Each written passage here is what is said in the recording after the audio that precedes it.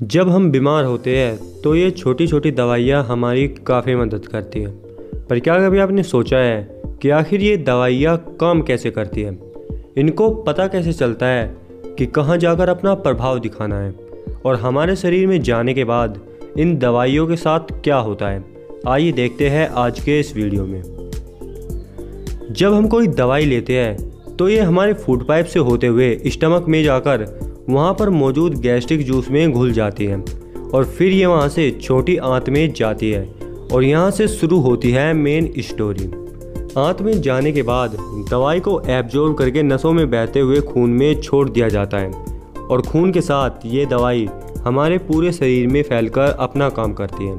अब सवाल आता है कि इन दवाइयों को पता कैसे चलता है कि कहाँ जाकर अपना प्रभाव दिखाना है? तो इसका आंसर है कि इनको पता नहीं होता।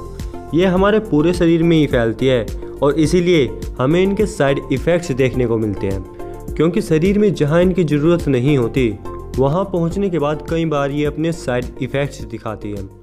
हालांकि इन दवाइयों को इस तरह से बनाया जाता है कि ये जिस लिए बनाई गई है वहाँ पर ज़्यादा प्रभाव दिखा सके।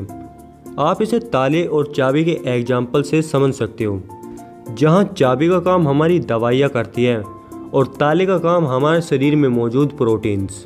जिस प्रकार एक ताला एक ही चाबी से खुलता है, उसी तरह दवाइयाँ एक विशेष प्रोटीन से ही जुड़कर अपना काम करती हैं। इसी तरह इन दवाइयों को बनाया जाता है।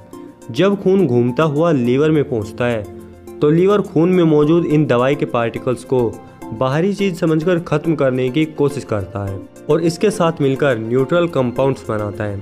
अब ये जो कंपाउंड्स बने हैं ये दवाई वाला काम नहीं कर सकते, या उसका असर बहुत ज़्यादा कम हो जाता है, तो ये किडनी से छनकर यूरिन यानी पेशाब के जरिए हमारे शरीर से बाहर निकल जाते हैं। आपने ये देखा भी होगा कि जब हम दवाइयाँ लेते हैं तो हमारे यूरिन का रंग और स्मेल बदल जाती है।